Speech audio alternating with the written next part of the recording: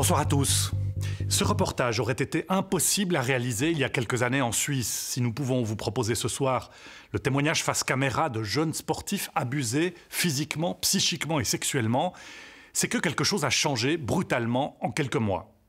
Il a fallu le courage d'une poignée de jeunes gymnastes qui ont décidé de tout balancer. Les brimades constantes, le sadisme des coachs, les coups, les humiliations, les blessures, les troubles alimentaires. Et par-dessus tout, le silence, une chape de plomb jetée par une fédération complice dont les fonctionnaires, grassement payés, encaissaient le fruit de la terreur. Vous allez voir dans cette enquête difficile menée par Emmanuel Bressan et Florence Fernet que l'affaire de la gymnastique n'est que la partie visible de l'iceberg. Ainsi, par exemple, vous allez entendre le témoignage exclusif d'un ex-hockeyeur du prestigieux Fribourg-Gotteron, violé par un coach quand il était enfant. Ce reportage devrait alerter chaque jeune athlète, amateur ou d'élite, mais aussi les parents, persuadés le plus souvent à juste titre que le sport ne peut que contribuer au développement de leur enfant. C'est heureusement le plus fréquemment le cas, mais le scandale qui secoue le monde de la gymnastique doit sonner comme un avertissement. Des prédatrices et des prédateurs se cachent derrière le paravent des bonnes intentions du sport et l'omerta règne encore en maîtresse sur ce monde à part. Regardez.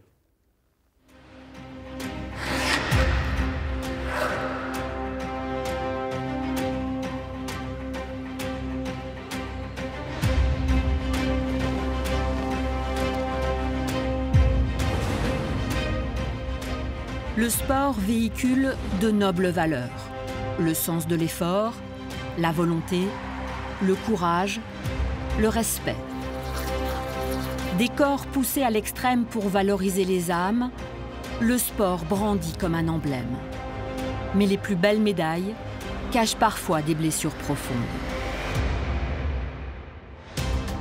Des sportifs suisses de haut niveau dévoilent la face cachée du sport, avec face à eux des fédérations sourdes, muettes et parfois aveugles. Les athlètes qui parlent ici ne pourraient être que la pointe de l'iceberg. On croyait la Suisse épargnée par les scandales révélés en début d'année dans le monde, on se trompait. En Suisse comme ailleurs, ceux qui font gagner des médailles aux athlètes sont aussi parfois leurs bourreaux.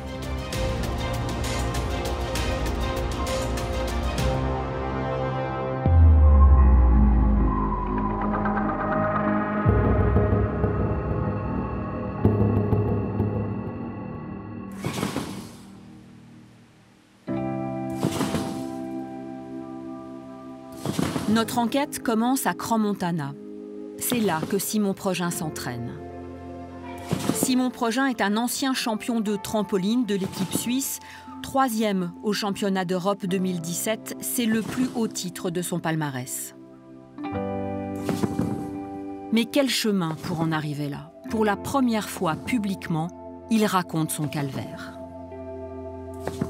Quand t'es un athlète et que t'as tellement de respect pour ton entraîneur, t'as peur de le décevoir. En tout cas, moi, c'était ça à l'époque, j'avais peur de le décevoir. Je me suis dit, des fois, tu t'entraînes plus pour l'entraîneur que pour toi-même.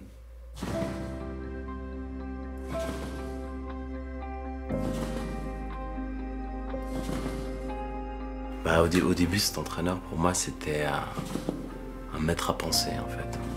J'avais envie vraiment de... C'était un exemple pour moi, en fait. Voilà. J'avais envie d'être comme lui. Comment il voyait les choses et l'entraînement, ça me plaisait énormément. Et j'avais une grande estime pour lui, ouais, vraiment. Et qu'est-ce qui s'est passé? Et petit à petit, les choses, ben, elles ont un peu, on va dire, mal tourné pour moi. En tout cas, c'est comme ça que je l'ai vécu. Les images sont filmées par d'autres sportifs. Simon Progin est face au mur. Il n'a pas été très bon à l'entraînement, il doit être puni. C'est le jeu, il est d'accord. Un jeu idiot entre coéquipiers, sauf qu'ici, en noir, c'est son entraîneur. C'est vrai que sur le moment, je me rendais pas compte, mais c'est vrai que quand je rentrais, que je me retrouvais moi-même le soir, je me suis dit, mais quand même, c'est quand même un peu humiliant de te dire, bon ben voilà, tu vas t'entraîner, tu vas faire le sport que tu aimes, et tu te fais un peu humilier comme ça, quoi. Ce qui m'a le plus dérangé, c'est que c'est surtout un peu moi qui prenais le plus, en fait. si tout le monde, voilà, on prenait aussi plein la gueule et tout ça, voilà, tu te dis, bon, voilà, lui il a pris aussi, lui il a pris aussi. Mais là, d'après mes souvenirs, c'était quand même moi qui ramassais souvent, en fait. Ces punitions humiliantes déclenchent chez Simon Progin la fin de sa carrière. Il perd confiance, c'est la honte qui le ronge, avec à la clé de graves troubles alimentaires. Il y a eu des moments durs. Ouais. Il y a eu une période de ma vie où, je le cache pas, je suis tombé dans ce cercle qui est l'anorexie. Et je suis rentré un jour chez moi et je me suis complètement détesté moi-même. J'ai tout testé. Je me suis fait vomir. Il m'est arrivé de manger que des pommes presque pendant 2 semaines et puis d'aller courir, enfin faire du sport, me dépenser le plus possible. Jusqu'à que j'ai une silhouette plus ou moins qui me convienne. Le trampoline dépend de la Fédération suisse de gymnastique. Ils ont vu ces vidéos et convoqué tout le monde. Mais Simon a minimisé l'impact de tels agissements par peur d'être mis sur la touche. L'entraîneur est aujourd'hui responsable pédagogique dans une école de sport à Lausanne sans aucune sanction. Des histoires comme celle de Simon, nous en avons entendu beaucoup lors de notre enquête. Les athlètes nous parlent de pression, d'emprise, de déni de la douleur.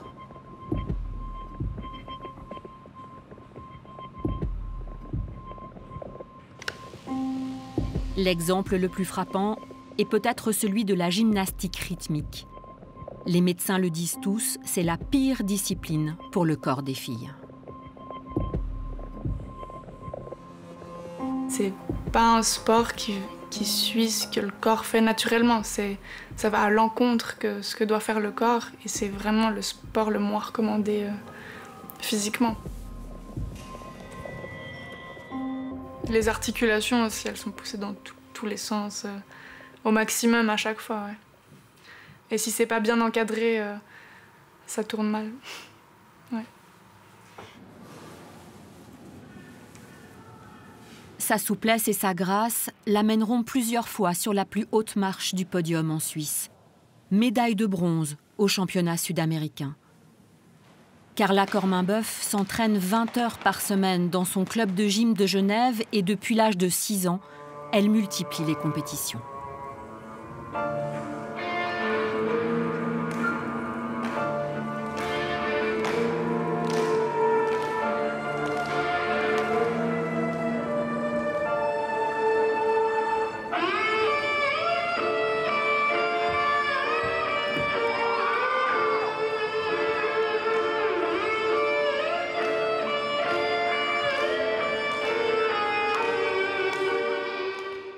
Sa collection de médailles est accrochée avec fierté.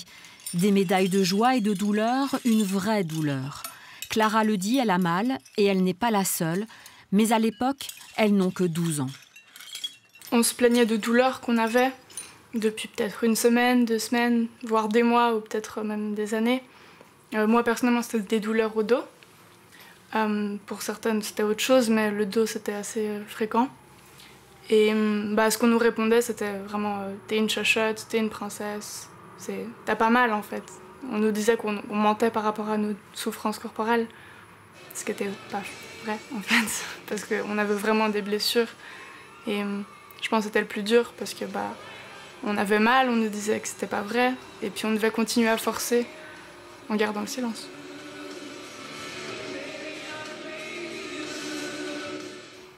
Jusqu'au jour où tu vas faire des radios. Et puis là, le résultat tombe. Et puis c'était une fracture de fatigue à 2 vertèbres lombaires. Et là, on te dit que tu dois arrêter du jour au lendemain pendant 6 mois, avec 6 mois de rééducation derrière. Et du coup, voilà, c'est pas facile à entendre. Une fracture de fatigue aux vertèbres lombaires, c'est une fracture liée à des contraintes répétées, comme un trombone que l'on plie et qui finit par casser. Une blessure courante chez les gymnastes de haut niveau. Sa coach n'a rien vu, ses parents non plus. C'est ça, la loi du silence. On a senti qu'il se passait des choses. Mais bon, Carla ne le disait pas évidemment, puisqu'elle respectait les consignes. Il y a eu des choses très précises, hein, où tout à coup, Carla revenait en pleurant, qu'elle ne voulait pas retourner à la gym. Et c'est là qu'on a compris qu'il y avait quand même des problèmes, peut-être plus au niveau psychologique que physique. Et c'est là qu'on a commencé à intervenir et à se poser des questions sur le bon fonctionnement de l'encadrement de la gym rythmique. Bien sûr qu'on était très triste et en colère, mais en tout cas moi, ces moments-là, j'ai aucune idée qu'est-ce qu'on pourrait faire. Pour ces plaintes, je ne sais pas. La difficulté, que si on intervient, on est toujours plutôt les méchants.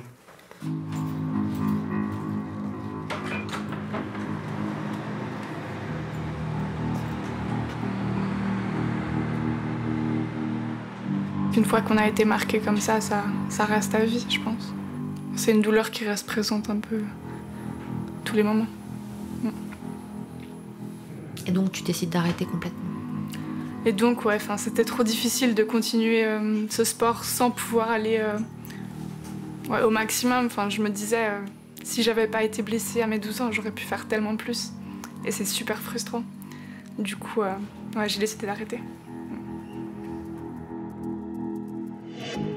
Dans le sport de haut niveau, le silence est d'or, la parole encombrante.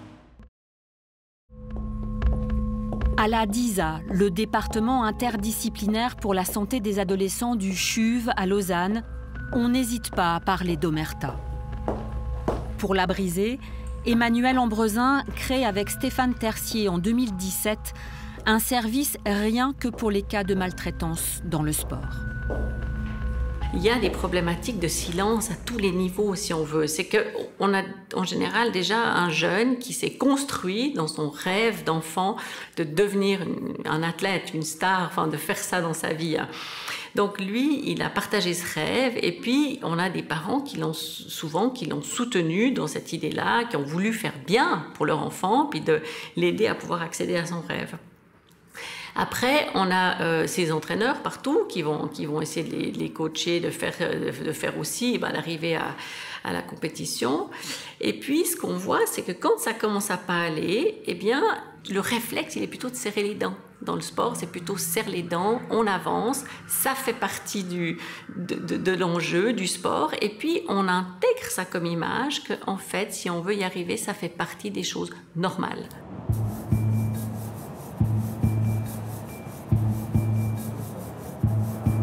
Sur les hauteurs de Bienne, Macolin, l'excellence du sport suisse. Une haute école fédérale créée en 1944 par le général Guisan pour servir d'entraînement aux jeunes recrues. Der Sport soll in Macklingen einer harmonischen Ausbildung des ganzen Menschen dienen. Ein neuer Geist soll von hier aus ins schweizerische Sportleben ausstrahlen. Das ist der Sinn dieser einzigartig schön gelegenen, vorzüglich ausgebauten Schule.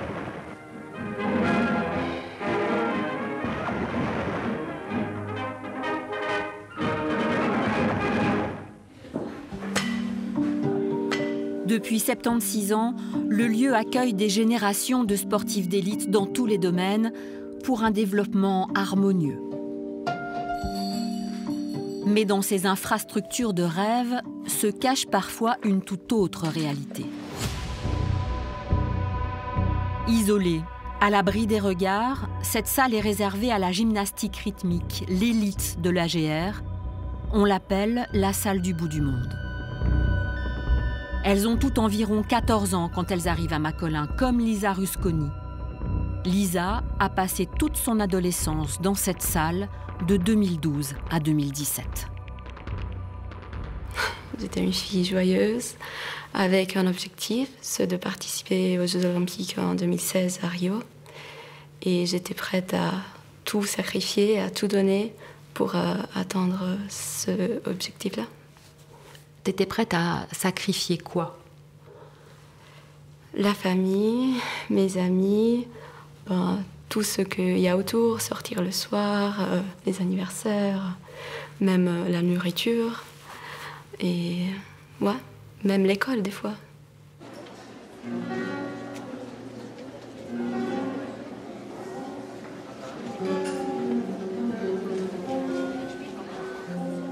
On sait qu'on a 30 heures d'entraînement par semaine. Pendant les vacances, on fait le double d'entraînement.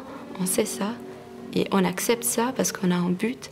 Et on sait que c'est le seul moyen pour atteindre ce but, c'est de s'entraîner autant. Donc ça, à 14 ans, on est prête à ça. On est prête, on le sait, mais on ne sait pas qu'est-ce que ça veut dire. Les coachs de Lisa sont est-allemandes, puis bulgares. On imagine des méthodes inspirées des pays de l'Est, des méthodes culturellement différentes et parfois extrêmes. Tout a commencé avec des petites insultes. Bon, t'es grosse, t'es idiote, t'es handicapée, t'es nulle, tu fais rien, t'es inutile.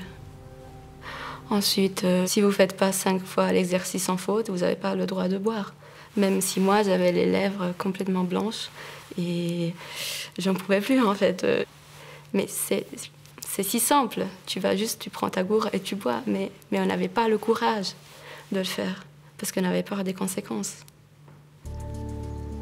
Et tout a pris une autre ampleur avec le temps. Est-ce que tu as connu des violences physiques à Macolin? Ouais, quelquefois j'étais tapée. Elle est venue de derrière, elle m'a pris ma jambe et elle m'a donné 3 ou 4 claques sur ma jambe. J'avais des mains. Une fois, elle m'a pris le bras, elle m'a laissé la marque. J'avais des bleus pendant plusieurs jours. Et la première fois qu'elle m'a tapée, je ne comprenais pas qu'est-ce que elle me faisait. Je ne comprenais pas. Donc j'ai entendu, parce que j'ai oublié ça, par une fille qui m'a dit que je m'étais mise par terre, j'avais pris la tête dans mes mains et j'ai commencé à hurler comme un animal. Mais l'entraîneur, elle n'a rien fait. Elle a juste dit « continue ». Et ouais, j'ai continué l'entraînement. Je ne pouvais plus dormir la nuit tellement j'avais peur. J'appelais ma maman à 4 h le matin en disant « Maman, j'en peux plus, tu dois m'aider ». Mais en même temps, je lui disais, tu peux rien faire parce que moi, je veux rester ici. Et il y avait des résultats sportifs avec ces méthodes-là? Bah oui. Pour la première fois, la Suisse a gagné une médaille en Coupe du Monde. On a fait toujours des bons résultats. On est arrivé 10e au championnat du monde. Bah oui, il y avait des résultats.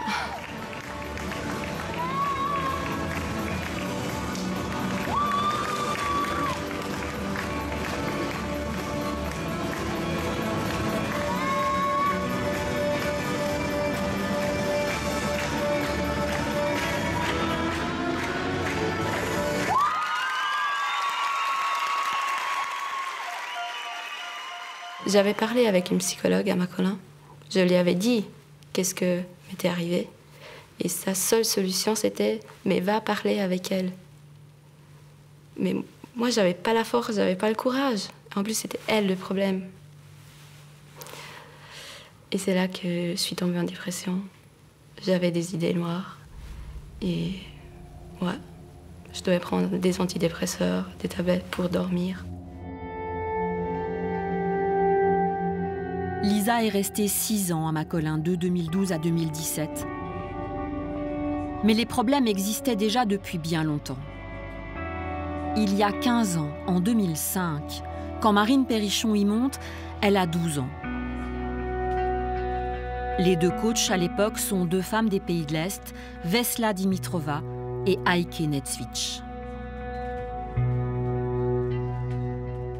Donc en fait, au début, j'étais juste là-bas pour me formater, en fait, pour que je commence à m'entraîner énormément, que je comprenne le système et puis que je devienne une bonne petite athlète qui obéit bien pour participer au JO.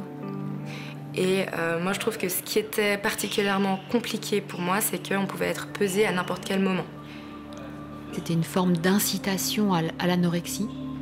Absolument. Enfin, nos entraîneurs pouvaient tenir des propos en nous disant que voilà, c'était normal de ne pas manger, que c'était normal de se faire vomir. Donc on n'avait pas tellement de repères en fait, stables et sains autour de l'alimentation.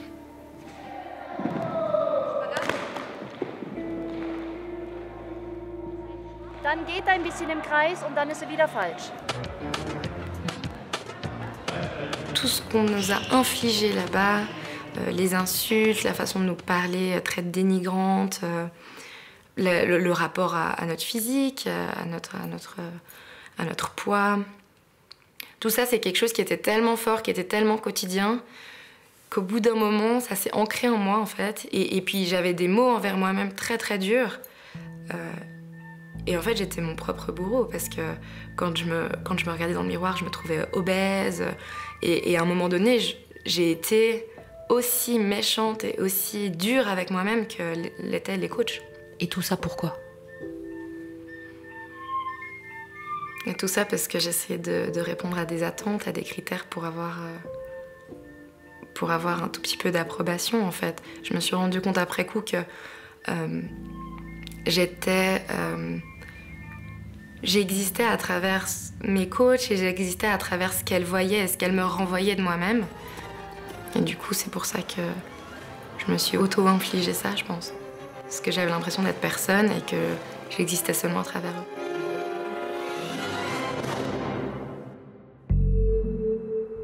En 2012, les filles de l'AGR ne sont pas sélectionnées pour les JO. Marine n'a plus d'objectif, plus aucune raison d'accepter tout ça. Malgré l'insistance de ses coachs, c'est fini, elle arrête tout. Elle a 19 ans, elle s'en va. Une fuite de Macolin complètement irréelle, à l'image du climat de peur instauré là-haut. Je crois que c'est la première fois en fait, que je défiais l'autorité et puis que je disais non. Et là, moi, j'ai commencé à courir, en fait. J'ai passé la porte, j'ai couru. Et j'avais la boule au ventre de me dire, mais ils vont me rattraper, j'ai pas le droit de faire ça, je savais pas quelles étaient les conséquences, mais je savais que c'était interdit. L'audace de Marine est contagieuse. Une autre fille claque la porte le même jour et s'enfuit avec elle. Puis on se dit, toute paniquée, on se dit, mais qu'est-ce qu'on fait? Où est-ce qu'on se réfugie? Parce qu'en fait, on avait vraiment l'impression d'être seul au monde. On se dit, bon bah, allons au centre médical. Donc on débarque là-bas, on s'enferme à clé, le temps de respirer, on se dit, bon, ok, c'est bon, là, on est entouré de murs qui nous protègent, personne ne peut rentrer physiquement. Puis en fait, rapidement, on se dit, mais en fait, c'est pas du tout sécure, parce qu'on n'a jamais réussi à savoir à Macolin qui était de notre côté pour nous protéger et qui était du côté des coachs. C'est un système tellement complexe qu'on pouvait se fier à personne.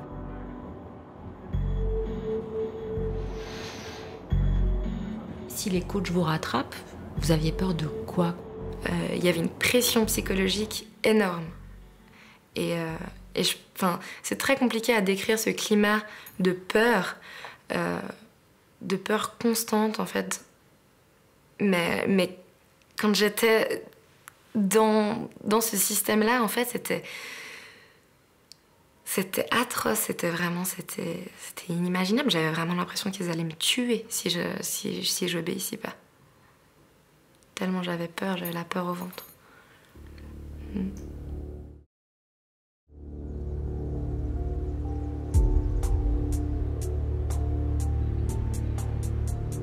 En 2012 déjà, quelqu'un savait tout ça. Et pas n'importe qui. Il s'agit du médecin responsable à l'époque de toute l'équipe médicale de Macolin, aujourd'hui médecin du sport à l'hôpital de la Tour à Genève.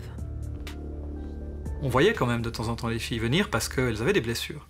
Les blessures, c'est une chose, le mal-être psychique qu'on observait, pour lequel il n'y avait même pas de demande d'accompagnement, ça c'est extrêmement problématique. Et là, on est au-delà, clairement au-delà de ce qu'on peut appeler exigence du sport d'élite acceptable. C'est pas du tout le cas. C'est un peu typique dans les situations de maltraitance, c'est que beaucoup de personnes sont un peu au courant. Mais là où ça devient plus critique, c'est quand on commence à mettre bout à bout toutes ces choses-là. Et c'est ce travail qui souvent n'est pas fait. C'est-à-dire qu'un constat isolé n'entraîne pas d'action, mais quand on commence à mettre tout ça bout à bout, quand on connecte un petit peu les points, ça dessine quelque chose qui est beaucoup plus sombre. Et on se rend compte qu'en fait, c'est répété, c'est un petit peu plus systémique que ce qu'on pense, et tout a été mis dans un rapport. Un rapport qui restera confidentiel. En 2013, les choses se règlent en interne, mais on les règle. Les deux coachs, Heike Nedzvic et Vesla Dimitrova, sont licenciés. Seulement voilà, avec le témoignage de Lisa Rusconi cet été, l'histoire se répète avec les coachs bulgares. Mais cette fois, les filles se regroupent et parlent publiquement, elles tapent fort. Il s'agit maintenant de plusieurs générations de gymnastes qui dénoncent un système. Also, ja, das erste Mal, als ich reden war es schon schwierig, weil ich war sehr nervös und habe nicht gewusst, wie das alles rauskommt. Und ich habe auch nicht gewusst, ob ich anonym bleiben will. We can do gymnastic, like rhythmic gymnastic, in better conditions, and that we can live our passion without being mistreated. What is important is that gymnastics continues, like it does not stop, but it's not a solution. Forcée à réagir, la Fédération suisse de gymnastique lance une enquête externe et mandate un cabinet d'avocats zurichois, le cabinet Pachmann. En attendant, une fois encore, la Fédération licencie ses coachs. Depuis 7 ans, les méthodes d'entraînement de la gymnastique rythmique à Macolin posaient un problème et tout le monde le savait.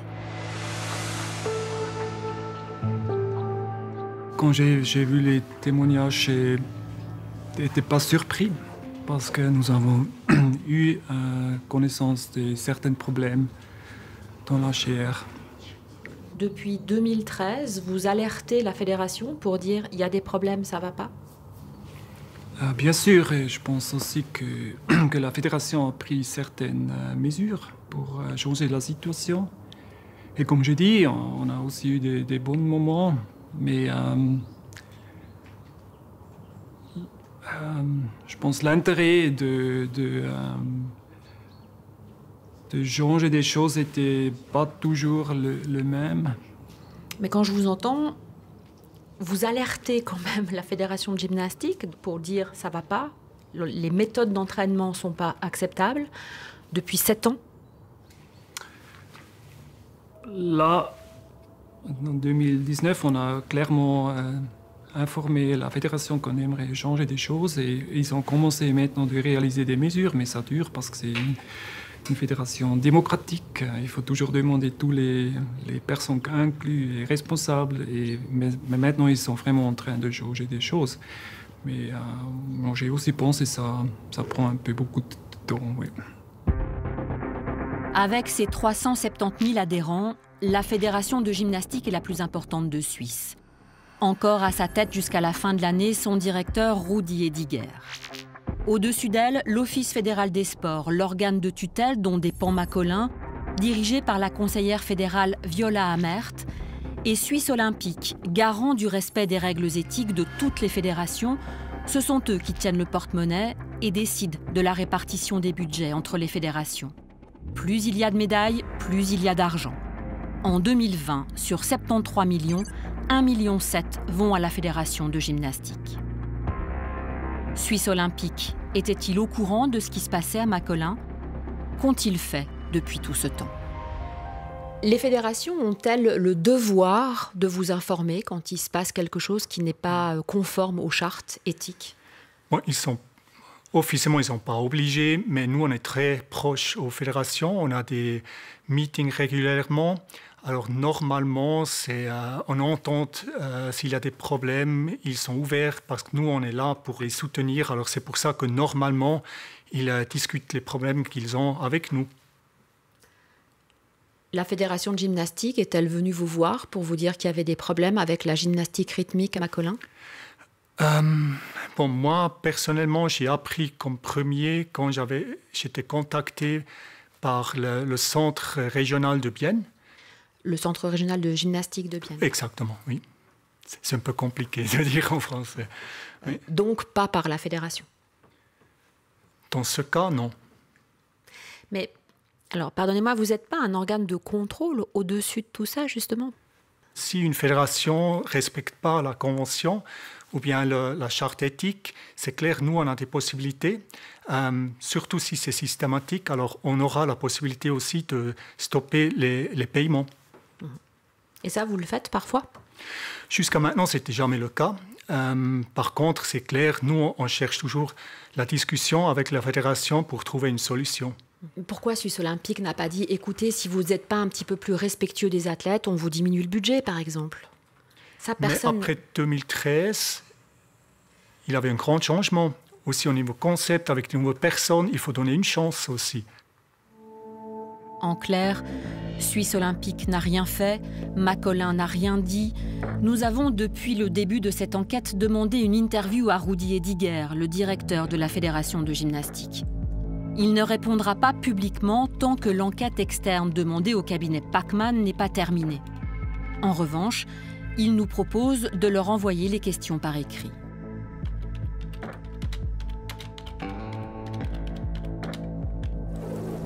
Merci pour vos questions. Je reviens volontiers vers vous la semaine prochaine. Sans réponse de la fédération, nous relançons 10 jours plus tard. La Fédération suisse de gymnastique sera disponible pour un entretien avec temps présent une fois l'enquête terminée. Si vous avez besoin d'une prise de position sur ce sujet avant la fin du mois d'octobre, nous devrons le faire par écrit.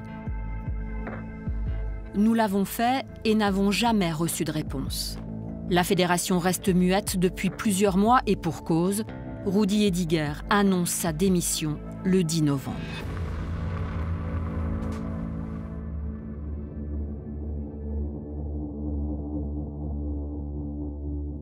Derrière les blessures psychologiques et physiques des athlètes, se cachent parfois des blessures bien plus profondes encore. Des sportifs suisses dénoncent des abus sexuels.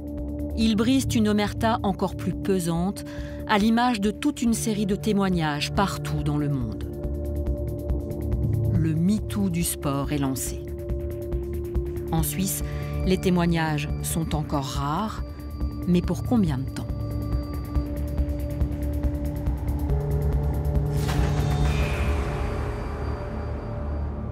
Il y a un climat de peur qui était instauré, en tout cas qui était présent dans les vestiaires à certains moments. Et c'était pas une peur, ou bien à un moment donné où on crie, où on dit « Ok, mais allez les gars, on y va ». Enfin voilà, ça c'est quand même acceptable d'une certaine manière, hein, bien sûr.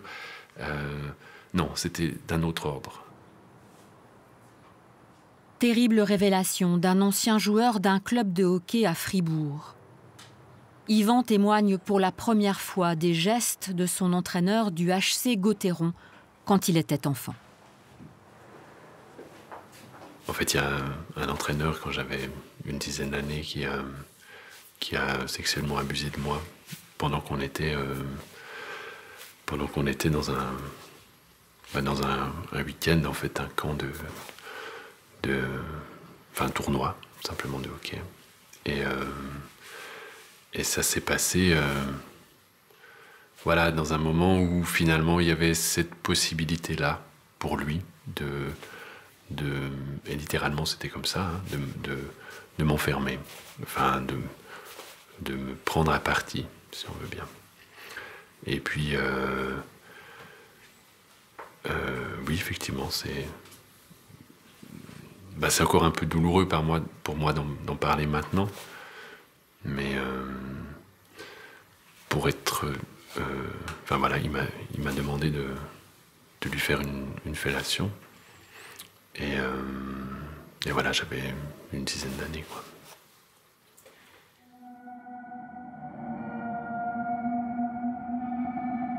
Les chiffres sont effrayants. Selon une étude belge menée en 2015 sur 40 000 athlètes, dans le monde, un athlète sur 7 est victime d'abus sexuels avant ses 18 ans. En Suisse, l'association Espace, une association en soutien aux personnes victimes d'abus sexuels, traite de ces cas sur Le Valais, Fribourg et Vaud. Des psychologues pour mettre des mots sur des actes, Yvan est passé chez eux. Les gens, quand ils viennent à Espace, ils ont fait le pas de venir dans une structure qui parle d'abus sexuels. Et c'est stigmatisant, malgré tout, d'être victime. Donc les gens qui viennent là ne vont pas venir s'ils n'ont rien. Moi, ce que j'ai fait comme état des lieux, c'est le nombre de personnes qui nous ont appelés du milieu sportif depuis ces 5 dernières années. On a 40 situations qui nous sont arrivées, 40 personnes qui nous ont appelés. Pour une vingtaine, c'est des cas d'abus sexuels d'adultes, donc entraîneurs sur athlètes. L'abus, ça commence pas par le viol, par la pénétration, ça commence d'abord par des gestes qui vont potentiellement déraper. Hein, c'est un peu ça, cette zone grise. Ça commence aussi avec des mots pas forcément adéquats sur la tenue, sur les formes. Donc, les gens me disent, mais maintenant on voit des choses. Donc, effectivement, parler d'abus va permettre aux athlètes, aux jeunes et aux moins jeunes de pouvoir dire ce qu'ils ont vécu. Yvan a choisi de transformer son drame en acte militant et il faut un sacré courage. Mais pourquoi n'en a-t-il jamais parlé? Pourquoi n'a-t-il jamais porté plainte? Non, j'en ai pas parlé. Après, j'en ai pas parlé pour plein de raisons, en fait. Il y a le contexte dans lequel j'évoluais à l'époque.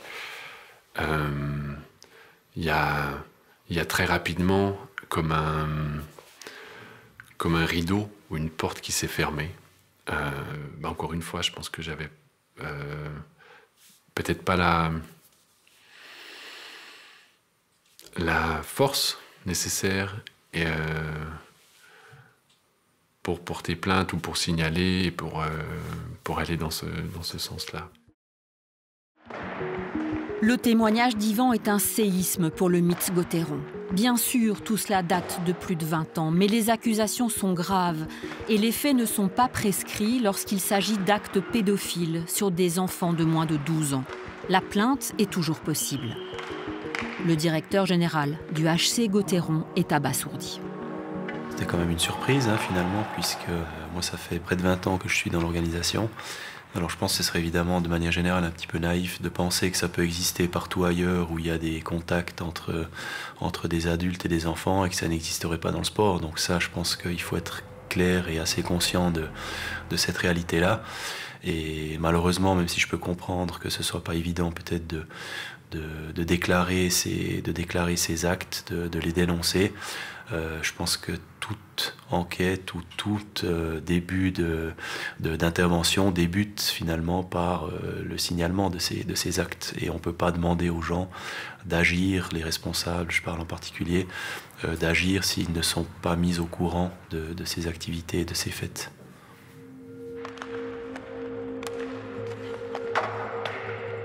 Aujourd'hui, on est dans un encadrement qui est quasiment exclusivement professionnel. Donc tous les gens qui sont au contact permanent avec ces jeunes, c'est des gens qui sont des employés, qui sont des professionnels, qui ont suivi aussi des formations avec la prévention, avec des éléments qui font partie de la pédagogie, de l'éducation. Donc qui permettent aussi finalement de minimiser au maximum les risques. Pourtant, Raphaël Berger va nous faire une confidence. Dans les années 2000, quand il était joueur professionnel, il avoue avoir eu vent de certaines rumeurs sur un entraîneur. Nous ne saurons pas s'il s'agit de la même personne accusée par Yvan ou d'une autre. Vous, quand vous étiez joueur, il y avait des rumeurs. De quelles rumeurs il s'agissait? Alors, c'était effectivement des rumeurs qu'il pouvait y avoir éventuellement une problématique avec l'une ou l'autre personne. Vis-à-vis de problématiques de comportement et d'attitude vis-à-vis de certaines personnes, de certains jeunes joueurs. Mais pardon, pour être bien clair, les rumeurs dont vous parlez quand vous étiez joueur professionnel, c'était des rumeurs d'abus sexuels d'entraîneurs sur de jeunes joueurs? Alors en tout cas pas d'abus, ou en tous les cas pas déclaré aussi fermement et aussi clairement abus sexuels, mais plutôt de comportement inadapté, on va dire ça comme ça. J'insiste un peu parce que d'alerter quelqu'un, d'alerter un responsable, ça c'est quelque chose qui n'est pas envisageable quand on a des doutes sur quelqu'un. Alors je pense que la parole aujourd'hui c'est quand même libéré, ce qui est certainement évidemment positif. Et je pense qu'aujourd'hui les gens auraient moins de crainte finalement à dénoncer quelque chose, ce qui n'était, il faut le reconnaître, certainement pas le cas il y a 20 ans.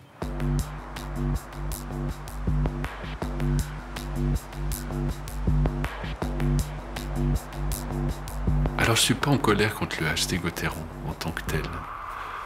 Mais ce qui me met en colère, c'est quand c'est su et que c'est pas vu. C'est quand c'est dit et que c'est pas entendu. C'est quand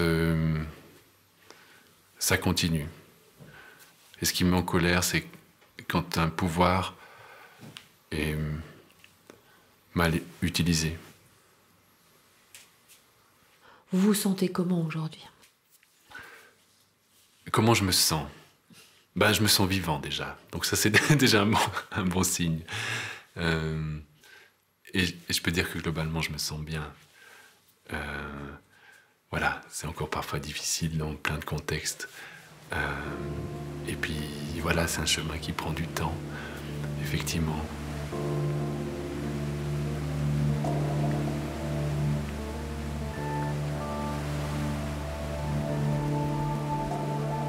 Durant ces dernières années, on a eu tant dans le milieu du foot, des arts martiaux, des sports de combat, de la natation, du basket, de l'escrime, de l'équitation, enfin... Voilà, c'est... je pense qu'aucune fédération ne peut être épargnée par ce genre d'actes d'abus sexuels. Ça fait peur. Ça fait peur parce que personne n'a envie d'entendre parler de thématiques de maltraitance au sein de son propre sport. Mais la réalité est que beaucoup de personnes se retiennent et qu'elles hésitent parce qu'elles sont sous pression. Et on revient au fondement, au principe même, au mécanisme même de la maltraitance, qui est une asymétrie de pouvoir. Et toutes ces personnes qui ne parlent pas, en fait, c'est parce qu'elles se sentent sous pression, elles se sentent sous un autre pouvoir qu'elles n'ont pas envie d'aller secouer. Comment faire? Comment repérer l'emprise des entraîneurs sur leurs sportifs? Après le scandale qui a secoué le FC Châteauneuf en 2010, la Fédération suisse de football a bien dû empoigner le problème. Imaginez un petit club de foot valaisan et un entraîneur qui abuse de 22 enfants entre 7 et 12 ans. 2 d'entre eux appartenaient au club. Nous avons retrouvé l'un des 2 enfants du FC Châteauneuf. Nous l'appellerons Alex. Il a 18 ans. Comme Yvan, c'est la première fois qu'il ose parler de son histoire pour dire oui, ça existe. J'ai eu des attouchements sexuels à l'âge de 8-10 ans, entre 8 et 10 ans, avec un entraîneur de foot. J'en ai pas parlé, jamais. Dire victime, c'est quand même compliqué. D'en parler à ses potes, déjà à ses parents, c'est déjà assez compliqué, mais alors avec les proches, c'est très compliqué. C'est ça, c'est très compliqué à 10 ans en tout cas, de dire non. Mais après, on n'est pas forcément conscient de ce qui se passe. Puis voilà. À quel moment tu as pu prendre conscience de la gravité des faits? Quand j'étais au tribunal, quand j'étais assis et je le voyais face à des juges. C'est à ce moment-là que j'ai compris. Pourquoi tu as accepté de parler? Pour un petit peu prévenir les autres jeunes de ce qui peut arriver. Et pas se dire qu'il peut rien arriver. Je connais l'entraîneur, voilà, c'est ce qui s'est passé avec moi. C'est qu'on pensait bien connaître l'entraîneur et voilà quoi. Il s'est passé ce qui s'est passé. L'entraîneur est aujourd'hui en prison et c'est grâce à Alex. Le petit garçon l'a fait comprendre à ses parents, ils en ont tout de suite parlé. Et sans être sûrs de rien, ils sont allés à la police. On croit toujours que ça arrive qu'aux autres, et puis en fait, ça vous tombe dessus. Moi, je commence à courir à gauche, à droite pour essayer déjà de réaliser, et puis de dire mais qu'est-ce qu'on va faire? Je pleurais à chaudes larmes, je me disais c'est pas possible. J'avais presque une piscine devant moi, tellement ça sortait. Et puis la dame policière, elle me dit on fait une petite pause, on va fumer une cigarette d'eau. Et là, elle m'expliquait qu'effectivement, ils allaient perquisitionner dans les jours suivants, et puis que, voilà, pour eux, il y avait vraiment des soupçons. Donc, voilà. Le fait qu'il y ait eu un contexte sportif, que ce soit un entraîneur de football, que vous connaissiez bien, en qui vous aviez confiance. Comment vous avez réagi face à ça? Il n'y a que la colère, que la rage, quoi. C'est le monde qui s'écroule, quoi. C'est quelque chose de violent. Il y a tous les états d'âme qui passent, c'est énorme. Et vivre ça, c'est pas facile.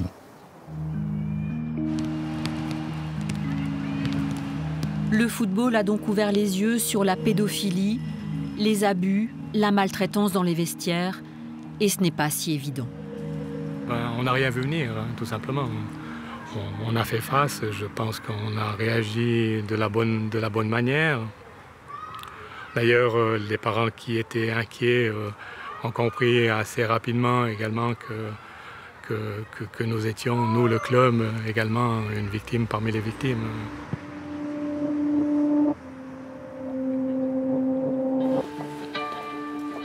Depuis que les filles de la gym ont parlé, la tempête n'en finit plus.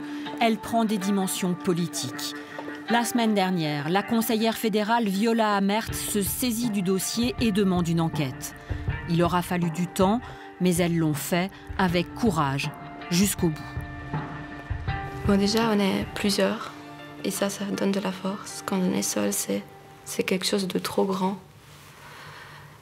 Et aussi, j'ai pas envie qu'une autre fille qui arrête ce sport, elle se sent comme moi quand j'ai arrêté ce sport.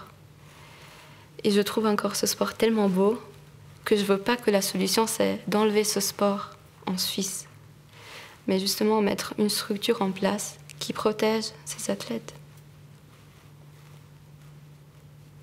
Ouais. Parce que nous, on était seuls. Personne nous a protégés.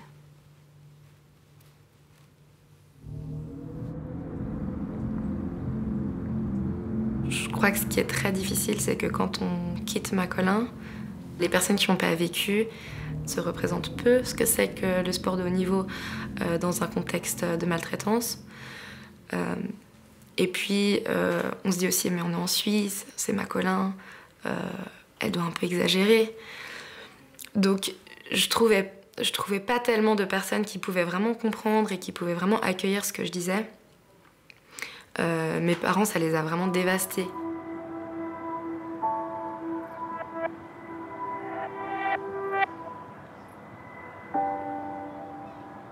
C'est absolument dans tous les sports qu'on a ce même processus d'omerta. Puis notre expérience, c'est que, bien sûr, il y a des coachs qui sont réceptifs, et puis là, on peut faire quelque chose de très constructif. Mais il y a, et dans ces situations de maltraitance, la plupart du temps, il y a un déni complet de ce que nous rapportons au téléphone. C'est-à-dire que quand on vient interpeller un coach en disant « Écoutez, on est très en souci par rapport à tel ou tel athlète, telle nageuse ». Récemment, on a eu plusieurs situations de nageurs qui étaient, on dit, sous-alimentés, surentraînés. Eh bien, on a une fin de non-recevoir. Il reste néanmoins une question pour l'avenir du sport d'élite. Peut-on arriver au même résultat avec d'autres méthodes? Où placer le curseur entre exigence et performance? Simon Progin est toujours dans la salle de Crans-Montana, mais désormais, c'est lui l'entraîneur. Pour moi, Simon, il a cette qualité d'entraîneur que très peu d'entraîneurs ont. Et je pense un bon entraîneur, c'est quelqu'un qui arrive à mettre son ego de côté et en fait à donner plus qu'à recevoir, en fait. Parce qu'il doit être prêt en fait à donner beaucoup plus qu'il va recevoir en retour. Et pour moi, Simon, il a cette qualité. Et dès le début, il y a des événements qui ont fait, il m'a prouvé que c'était quelqu'un qui avait un énorme cœur et qui avait cette qualité-là de pouvoir amener quelqu'un comme moi au niveau où je devais arriver. Pat Burgener, 2 podiums en championnat du monde, 5e au JO de 2018. Avec Simon, ils sont vraiment main dans la main pour préparer les JO de Pékin en 2022. Pour moi, l'approche qui marche, c'est de demander à l'athlète « qu'est-ce que tu veux ?» Et quand on a ces discussions, moi c'est ce que j'ai avec mon entraîneur, c'est ce que j'ai avec Simon, on commence à vraiment poser les objectifs, mais les vrais objectifs qui ne sont pas les résultats au final. Parce que les résultats, c'est que l'athlète qui peut les vouloir. Moi, j'ai dit à Simon, je veux faire une médaille au jeu. Mais c'est mon objectif. Il m'a dit, OK, je vais t'aider à réussir. Ce que tu as envie d'un entraîneur, c'est un soutien. Tu n'as pas envie d'une pression. c'est important d'avoir des critères de qualité. Et puis ils existent aujourd'hui, c'est-à-dire que les entraîneurs suivent une formation. Jeunesse et Sport donne des formations et puis labellise les entraîneurs. Mais tout le monde ne peut pas suivre ces formations-là.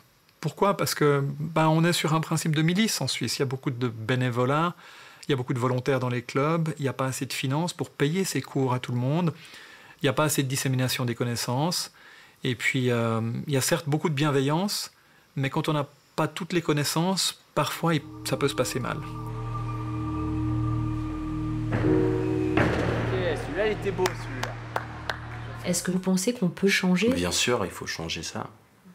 On n'est plus au XXe siècle où on doit recevoir des coups de fouet pour... C'est pas comme ça que ça marche. C'est plus du tout comme ça que ça marche. Il faut des entraîneurs avec de la pédagogie et un bon entourage, en fait, on va dire, avec des physios et tout ça. Mais la violence et tout ça, c'est pas comme ça qu'on va amener des athlètes à un haut niveau. C'est pas ça la philosophie du sport aussi, c'est pas ça.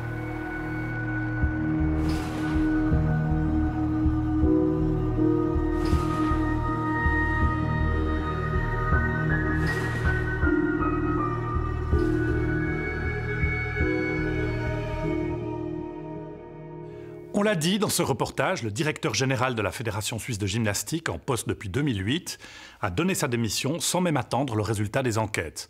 Rudi Ediger a admis la souffrance des gymnastes qui se sont exprimés publiquement. Il a constaté les graves dysfonctionnements sous sa direction et il a déclaré endosser la responsabilité globale de ce désastre. Pour mettre fin à cette culture de la peur et aux abus psychologiques, le patron de la fédération a estimé que seule sa démission pouvait permettre de tourner la page et provoquer un nouveau départ avec de nouvelles personnes. Reconnaissons-lui au moins un comportement fair-play. Excellente soirée à vous tous, très belle semaine et à bientôt.